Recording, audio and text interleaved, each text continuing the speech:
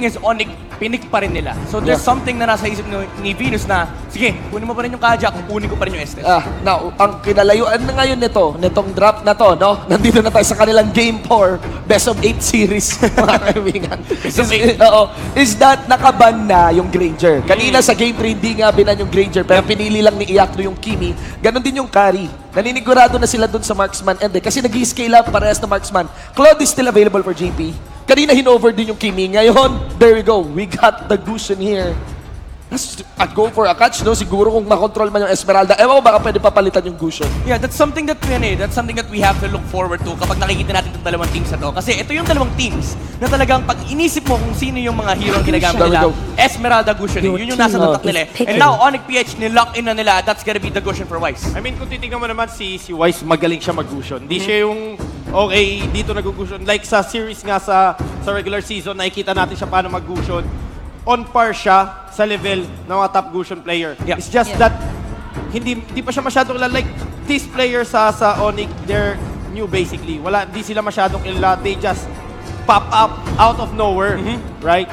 But then here on Sunsparks, yun nga, tinatanggalan nila ng mage. Pwedeng si KelVJ ulit mag-Lunox or si JP, it's up to them. Pwede baliktad eh. Yeah, pwedeng baliktad. Mind games din. But then Onic, they can have that Claude, they want. Nanunundot nga sila. Ang tinataya nila, ganito, nag-Kimi Lunox kasi hindi naman pwede maglulita yan. Sobrang kukulangin sa damage yung Onic. I was thinking na Onic, magli-Leomord sana sa dulo. Pero here we go, finally, lumabas na rin. Baka lang. Yung tingin yun, no? Baka lang. May nag-over lang, pero ewan natin gaano ba talaga kapulido yun kung kunin man ang Hellkite. Di supposed to be a fighter. Ang risky lang talaga na kuning Lolita to, although it makes sense against the Kimi tsaka Lunox. So they went for something safer. Very safe na lang. Tams. Nalaki na nila for Onic PH. Now the draft is already set, ladies and gentlemen. This is gonna be your first match ngayon. Ito yung pinakamadagong part, Grand Finals to. What is gonna be your prediction? I will start with you, Yasu. Prediction with the outcome of the match. Medyo mahirap mag-predict dito. Kasi, well, I will go for Sunsparks dito. Grabe yung inisip mo dun Hindi, kasi hindi ko matansya in the draft. Pero if Sunsparks na ma-pull off nila yung Kimi and Lunox, kasi this hero for me, napaka-needy ng attention. So, I think pwede silang magsama habang nagro-rotate kasi I've seen Lunox and Kimi na magkasama lang. So, kung ma-pull off nila yon, makakuha sila ng pick as well as objective, Sunsparks, magiging kanila tong game na to. Shinbu. Sunsparks hurts a lot. Lunox, Kimi, there's a natural user pang counter doon sa Estes kanina ng Necklace of Durage, which is the Kaja. I would vote for Sunsparks. Yeah, Doggy. I mean, sa akin, kasi pagka nag-pick ka ng Kimi, kailangan ma-secure yung Gusion. But they didn't secure the Gusion, so naka-Gusion ng Onic. Which is pretty logic naman. Pagdating sa rank game, at least kailangan mo yun. Like, so, dito, Onic ako kasi drafting, I really like the draft ng Onic, like to be honest. So, and by the way, pinik nila yung Kimi after the Gusion Ako personally, I would believe on the Gusion of Wise. Idol na idol ko si Wise. Walang ka-bias. Idol na idol ko si Wise. So I would go for Onic. So Onic, Sunsparks, and Onic for Doggy. That is gonna be your panel prediction. Pero syempre, lalaroin pa rin ng mga players natin yan. And yan, ang ihahatid na kwento sa atin ng mga shoutcasters. Wolf and Battles, kamusta naman dyan? It's time for the main event! Mga kaibigan, Sunsparks versus Onic, game number 1 ng best of 5 natin. Kami, yung mga magiging unang shoutcasters nyo. My name is Wolf, kasama si Butters. We will be talking about this game number 1. In a very important fashion, sinabi nila ng ating mga panelists na may sariling kontra per team. Yes, nakuha nga yung Kimi and yung Lunox dito, pero may sagot naman.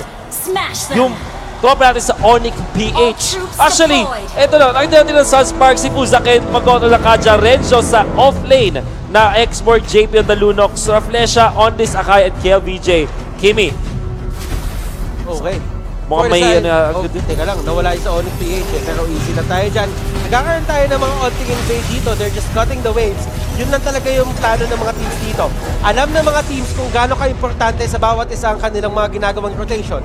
So what they do is, they try to break the rotation ng kalaban nila. In a very interesting manner, ginawa dito yung isang greedy na rotation mula sa Sunsparks. I like it a lot. 2-1-2 yung nangyari. Isa lang yung nasa gitna, which is the export. Tapos yung ibang mga cores dito ng Sunsparks nag-invade in other parts of the map. Ayaw nilang ma-pressure dito nung Grok Esme or nung Grok Estes plus Dagution sa mid. So para medyo nag-dodge sila ng konti Yes. doon kaya Butters. And at the same time, looking at the crab, nakuha na dito ng Sunsparks yung dapat sa Onic PH. But right now, Onic PH aiming to go for that bottom crab na kinukuha na nila ngayon and wala na ata magiging sagot dyan yung team ng Sunsparks. KLVJ went for the Mage Killer emblem pa rin naman na alam natin na standard na picks na ngayon. But I think someone in the panel mentioned na kailangan mag-early agad makuha yung objectives if you have this Mage Killer kasi mabilis nga siyang mag-fall off into the late game. So far, Sunsparks, alam natin na sila yung klase ng team na mag-group up at kukuha ng objectives after objectives and we can expect them to do such thing. Onic PH is gonna be up to them kung paano nila kukontrahin yung ganong playstyle ng Sunsparks. Okay, so right now, Yakno, Turtle they're still trying resurrecting to get soon. their level 4. Kung titignan natin yung XP economy for both teams dito, KLVJ and Wise is at level 5. May level 4 na din si Regio, may level 4 na si JP. While yung iba sa side ng Onic, medyo nag-struggle kunin yung kanilang mga ultimates. 5 lang si Wise, halos lahat dito level 3, maliban kay Dilar na pumasok na din sa level 4 rin. There's a little bit of XP advantage kasi na makukuha ng Sunsparks out of their initial rotation. At dahil dyan, may ticket pa sila papunta dito sa may turtle at makukuha ngayon nito ni Lunox from Sunsparks. Medyo may nakita sila. Pusa rin mo the jump in actually pero nakatakas yung dalawang members ng Onic PH as they will get away. Okay. Roughly siya, they're just trying to spot out. Ito yung maganda sa Sunsparks eh. Sinabi nito ni Doggy nung isang panel niya, magaling sila kumuha ng vision. Hindi sila takot na pumasok sa isang gubat o sa isang brush para sipatin lang kung sino man yung nandun. But right now, we are seeing a duel happen.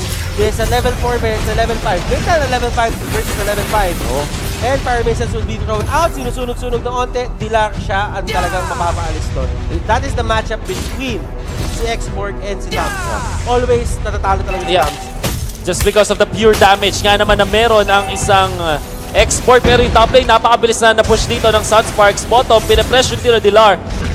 Already walang Viraga armor dito. Ngayon si Regio kailangan ng tumakbo mula kay Dilar as the Contract Inferno also burned out. Pero kailangan niya mag-ingat dahil nandito na nga si Wise. Ito na mga first blood. Mukhang ito na nga yata. Medyo survive but there is gonna be the kill. Rafflesia though. Nag-arrival naman pala. Dumating na dito pero wala pa siyang damage. So say that, napatay pa rin nila. Dito naman sa may batang kita. 3 versus 2 na at ligtas si KVJ.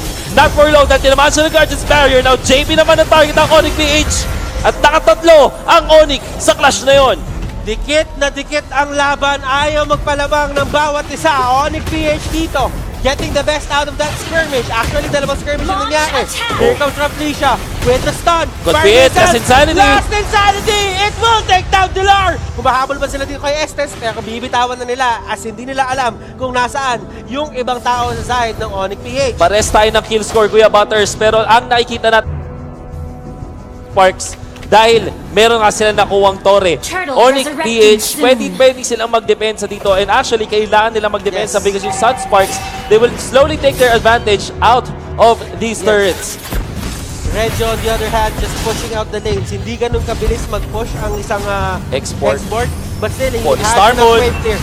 And the Falling Star Moon will be there. JP dito sinusubukan tumakbo. Ginamit pang dash yung Chaos Darkening niya. And that is going to be the kill. Sunsparks dito. Will they contest the turtle? Ito yung pangalawang turtle if I'm not This mistaken. is the second turtle indeed at makukuha yata yan ng Onic PH dahil na-eliminate na nila yung Lunox factor dito and there's no way for Sunsparks to contest that even. So, Onic PH definitely nasa kanila na ngayon ang ating kalamangan. Now, this is a best of 5. Sunsparks and Onic, kailangan natin alalahanin na nag-meet pa lang sila in terms of BO3. Oo, ibang factor kasi pag May mga best of 5 factor yan series na talaga. Kung sino mas madaming baon na strategy dito, he is the one or that is the team na lalamang kapag dumating tong game na to, pumunta to in the long run. Oh.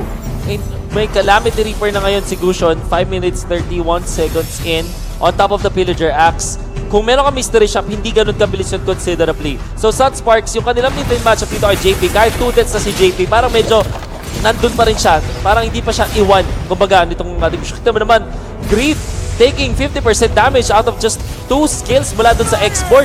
Ito na nga, last insanity namin, pero 4 versus 1. Ano mga kapatid? May nag-arrival naman pala! Napagandang ibig mo na ng flash ha! Ligtas pa rin si Wise. Finally, will evolve. No, he won.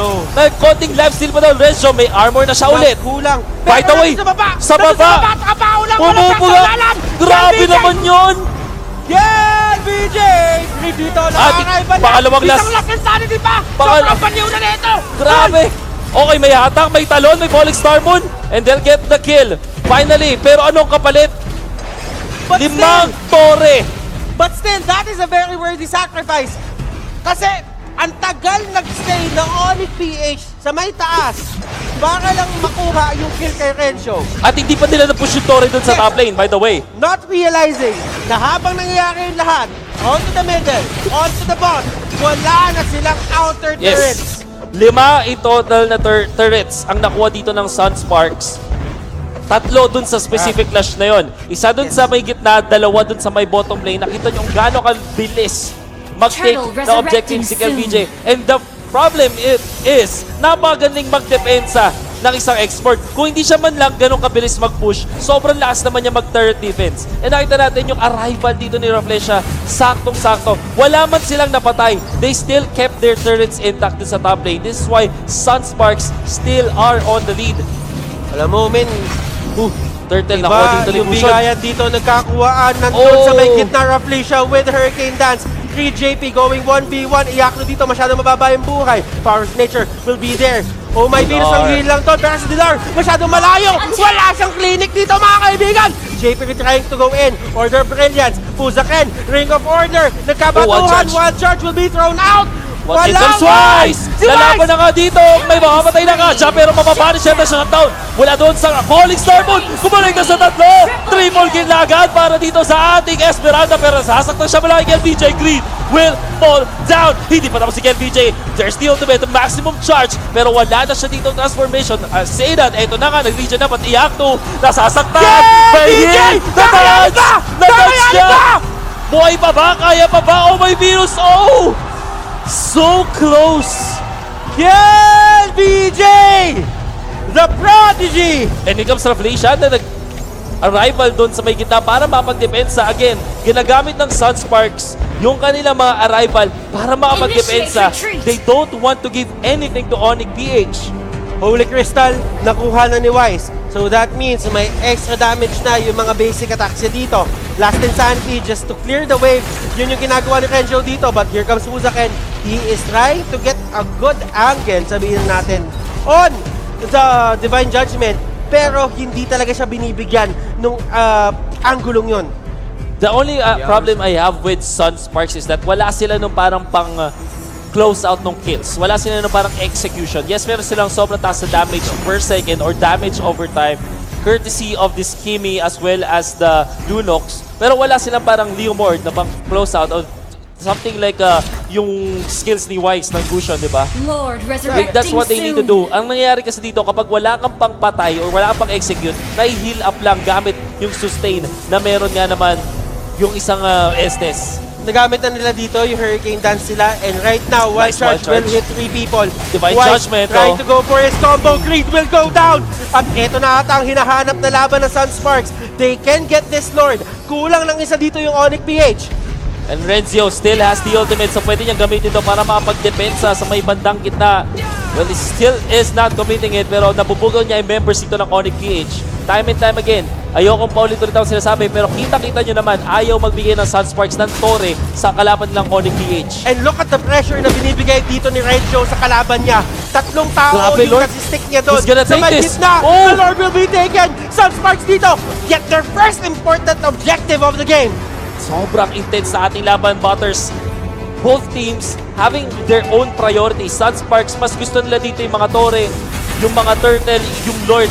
Onic PH, priority nila makakuha ng kills dito. Lamang sila ng kills, pero yung Sunsparks pa rin yung abante in terms of gold. Dahil mas lamang nga naman sila sa mga objectives. They know that they scale better kapag dating din ng late game. Hindi katulad ng isang Kimi na naka-mage killer, medyo talaga nag-fall off. Well, hindi medyo, nag-fall off talaga pagdating ng late game. But right now, on the top lane, talagang lahat ng lanes, kung papansinin mo dito, look at the High map. pressure. Lahat ng lanes naka-push out papunta sa side ng Onic PH. And what Sunsparks wants to do right now is to get as much as possible. Mukhang hindi sila makakuha ng inhibitor turret courtesy of that. Just a glowing one para sa ating Kimi. Definitely more damage and more burn. More burn. Tama ka doon, Kuya Wolf. And the Lord will go down. That is still level 1. Hindi din ganun siguro Uy, kalaki tumalon si expectation Yakto. sila. Pero ang ganda naman ng hurricane. That's done. May damage na rin mula kay LBJ. But in comes the Estes healing. Galing! At napatay na nila yung Lunox. Last insanity kinapit na dito. Pero wala mang fall of damage. Pumutok na ka. Pero yung heal pa rin ni Estes. Sobrang taas. Hindi sila makakuha ng kill. LBJ pa yung mamamatay. Tatlo na. Make that 4. As Onic PH destroys Sunsparks. 4-0. Walang nakuha yung Sunsparks doon. That was a good hurricane dance na ginawa ni Felicia. Ang pinaka-problema, hindi kinaya ng damage output ni KLBJ na patayin mag-isa yung Esmeralda. Ang sinasabi kasi natin dito, mataas nga yung damage over time ng Sunsparks. Pag hinalapan mo sila, ang kate. Pero wala sila nung pangpatay. Wala sila pang-execute or eliminate. Because of that, yung healing galing dito ni Estes, sulit na sulit. Oy! This time though, magandang punish. There's the shutdown. Nagulat sila doon. And they are still following up the stun connects on Oh My Venus. Pero hindi natutuloy ang Sunsparks. Oh my Venus. Cursed Helmet is now available for Felicia, so any damage dito that is attributed sa Magic, tataas na. Yeah. And at the same time, kung meron kailangan na sabihin natin i-burn na buhay, makukuha nyo din yun doon. Tama yung ginagawa ng Sunsparks dito. They're actually getting all of the buffs. The buffs. Exactly. Meron pang buff dito sa may taas. And they think that they really want to deny this against Onic. Gusion na walang buff ay sobrang lungkot. At speaking of the Gusion, where is he? Nakatakas naman. Gamit ang incandescence. Almost falling. But they are denied. Dinideny lang talaga nila. Yun yung yun yung pinaka hinahabol ng Sunsparks dito. Yung timing. Timing is everything for a Kimi lineup. Onic PH on the other hand, gusto lang talaga nila i-take down yung Kimi para dumating sa point na sobrang tagal natin, hindi sila makapag-push. Mananalo na sila doon from that point. So far, may depensa dun sa may top lane gamit yung export sa may bandang gitna mo. Kung may pinapwersa dito ang Onic PH. Greed is on the front as he comes Wise. Nagpakita. Greed. Johnny lang dito, Yakto dun sa may bottom lane to kind of shove the lane up. Wala din gusto talaga mag-commit eh. Kung iisipin mo, takot din sila dito kasi both teams, once may matalunan yung Esmeralda, that is going to be good. Once na may mahuli si Busaken, maganda din yon. So they really have to be careful and find an opening. Find that certain opening na pwede nilang gamitin sa kalaban nila. Wise going in. Busaken dito, nag-dash in na. Pero Nice touch on the one charge, pero in comes the falling star, pero may ult ko din dito si Ravlesha. Wala nga lang naipit doon. Actually, mamamatayan pa dito sa Sunsparks. In comes the arrival. Ito na si Ravlesha, pero napatay na yung Lunox dito. Ito sa last insanity. It's gonna be a kill. Finally, the shutdown on the Gusion. Sasaktan na rin dito mga members ng Onic PH, pero lamang pa rin sa tao ang Sunsparks. There could still be pressure from Onic PH, especially because yung Thams nandito lang sa gitna. Arrival ginagamit, pero that's weird. Hindi niya na-target yung Torre. Kaya hindi naging invulnerable. that could have been time wasted for the side of Onic PH. But, ang nangyari, nagsayang ng spell dito. Oo. Yung team ng Sunsparks. Onic PH, they're looking very good. Hindi sila dito. Kumbaga, kontrolado nila yung game. You just have to look out for Fuzakin and Raplisha. Tatandaan natin na kapag ka-behind tong team na to, yun yung dalawang gumagawa. Regio with the last insanity, sumabog, walang tinamaan. And Fuzakin will just back out. Ginamit na rin ni Region para makapag-mamba out mula sa kanyang mga kalaban. It's the Beast Killer, I think, mula dito sa ating Gusion. Finally, kinumplete na kanya yun. And you can really feel right now that Onic PH still, sila na yung nakakalamang sa ating laban. ramdam natin ngayon na sila na ngayon nasa advantage. Sila na yung nagko-control ng pace ng ating laro. Pero ito na yung second most important Lord. But there is gonna be the time's journey on to green. Pero may watch out naman yung tatlo dito. Where's the Polystar mo? Hindi pa rin ginagamit. Brilliance as well as the last insanity ginamit na. Pero wala pa rin mapatay mula sa Onic Cage. Tumalo na nga members dito ng Onic. Napatay nila yung export. Sinunod na rin yung Kaja. Dalawa na ang kanilang napatumba. Wise, hinahabol si Raflesia. This could be the third one and it will be JP the bad spot. Nakita na ka dito na slow pa. And mamamatay. Apat ang napatumba. naipit! Si BJ naipit! Hindi siya makatakbo! Predator! Green! Kung dumating na dito mga kaibigan, BJ binabaki pa rin si Iyakno dito umiiyak habang tumatakbo. Pero hinahamol pa rin niya! Pero doon sa may base! Doon sa may base! Onic PH! They'll secure game number 1.